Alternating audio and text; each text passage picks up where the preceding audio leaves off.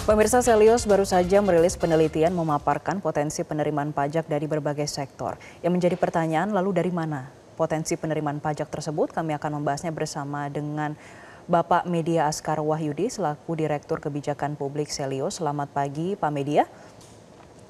Selamat pagi, Mbak. Pak, kami sudah melihat ada beberapa poin dalam hasil riset tersebut. Yang kami ingin tahu, Pak, sebetulnya langkah apa yang harusnya diambil untuk menyeimbangkan nih komposisi penerimaan pajak agar lebih progresif? Ini terkait dengan ketergantungan bagaimana pajak konsumsi yang regresif, Pak. Iya, betul sekali, Mbak. Karena memang hari ini kita dihadapkan pada kondisi ketidakpastian ekonomi ya, perlambatan ekonomi global, masih banyak buruh yang miskin, sektor informal kita naik, hutang kita kalau dibagi per jumlah penduduk itu 32 juta per orang gitu ya. Jadi memang optimalisasi penerimaan negara itu menjadi kunci. Tetapi memang kan untuk meningkatkan penerimaan negara, orang hanya akan mau membayar kalau sistem pajak kita adil, begitu ya. Sehingga kalau masyarakat ingin berkontribusi, jelas pemerintah harus memastikan bahwa sistem pajaknya itu progresif. Artinya yang dibebankan pajak lebih banyak adalah masyarakat kelas atas, sedangkan masyarakat rentan dilindungi atau diberikan insentif pajak. Dan ini yang saya kira menjadi tantangan dari sektor perpajakan kita hari ini. Hari ini ada demo besar-besaran di Pati dan ini gambaran nyata sebetulnya bahwa banyak pajak kita yang regresif.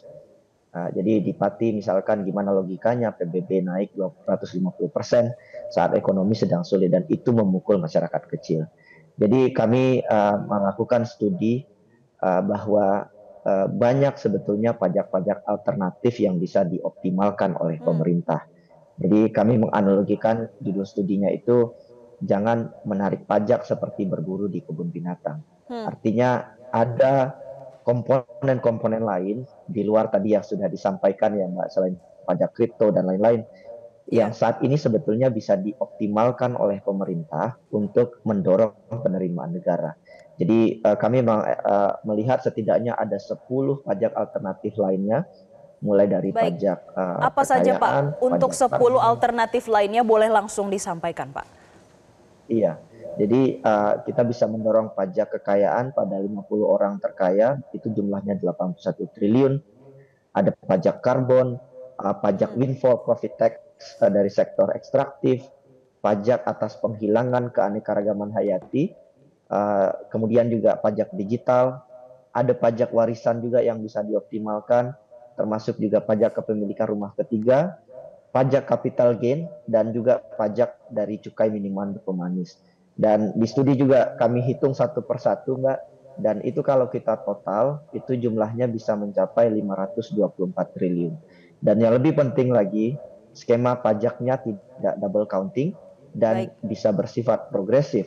Artinya kita tidak menggantungkan pajak pada PPN misalkan, Baik. atau absen misalkan, karena bicara absen juga masyarakat yang Ya. terdampak juga masyarakat bawah begitu Mbak. Baik, terima kasih Bapak Media Askar Wahyudi selaku Direktur Kebijakan Publik Selios sudah memberikan insight-nya bagi pemirsa Zona Bisnis Metro TV. Jelajahi cara baru mendapatkan informasi. Download Metro TV Extend sekarang.